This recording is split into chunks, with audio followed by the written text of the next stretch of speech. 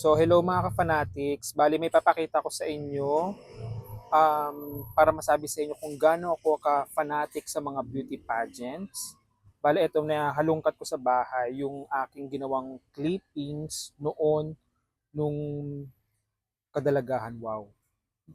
Na nahilig ako sa mga beauty pageants. So ginagawa ko pag after ng pageant, ginugupit ko yung mga pictures ng mga nanalo sa mga international pageants.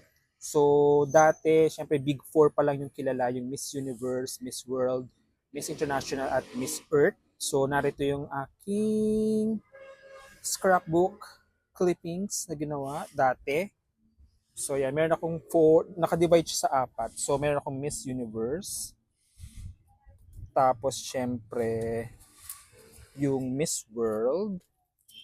Ayan. Then, Miss International. Ayan. At sa huli, yung, syempre, sorry. Nasaan na yan?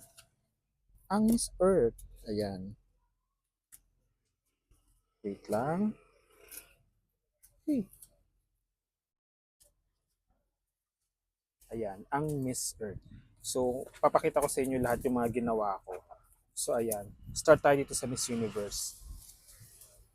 So, yan.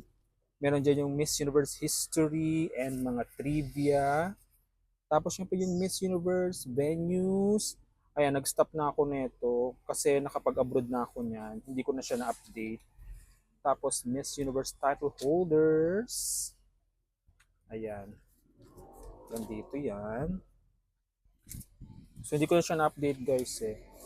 Tapos ang ginagawa ko dati yan, first Miss Universe 1952. Ang ginagawa ko dati, early 2000, naalala ko, uso pa yung mga computer shop. So yan, nagpupunta ako sa computer shop, nire-research ko. So itatype ko yung Miss Universe first edition 1952. Tapos nililista ko yung mga kandidata na sumali, yung mga bansang sumali, pati yung mga pumasok sa semifinalist.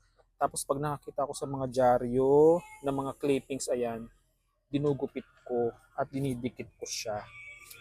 So yan, marami yan. Siyempre yung mga 19 kopong-kopong wala pa tayong mga pictures niyan. Tapos, ayan, hanggang sa nag-start talaga ako manood ng first beauty pageant sa TV, ay ang Miss Universe 1993 kay Dayanara Torres. So yan. So ito mga bago na to. Sa internet ko ito nakuha. At pinag-picture ko. Yan, 1994. Siyempre yan oh. Ginanap sa Pilipinas. Ayan, pinagdidikit ko yung mga pictures at saka yung mga lumalabas na pictures nila sa dyaryo. O diba? 6 finalists. Yan, ang nanalo si Sushmita Sen. So yan. So 1995 yan. Yearly na yan. So after ng pageant, kinabukasan, bibili ako ng dyaryo. Tapos yan, nakalagay na yan. At igugupit ko at ididikit ko dito sa aking scrapbook. 1997, Brooke Lee. Ayan. 98, si Trinidad and Tobago. Diba? So, yan. Tapos na-stop na yan eh. Meron pa pala yan. Bago ako mag-abroad. So, marami yan. Hanggang 2006. So, ayan, pakita ko lang. Rio Mori, 2007. 2008, Diana Mendoza. So, yan. Tapos, syempre, ganun din sa Miss World. So, ganun din, oh. So, yan. Hanggang sa Miss International.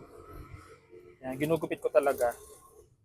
So, yearly wala akong pinapalagpas na pageant. Pinapanood ko talaga. Ito na yung Miss Earth. So, yan. 2004, 2005, 2006. Ayan.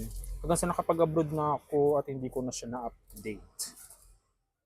So, yan. So, kayo ba, meron rin ba kayo ganito? Yung mga kaidaran ko, gumawa rin ba kayo ng ganito? So, yan lang. Pakita ko lang. Nahalungkat ko lang uli dito sa bahay. Yun lang.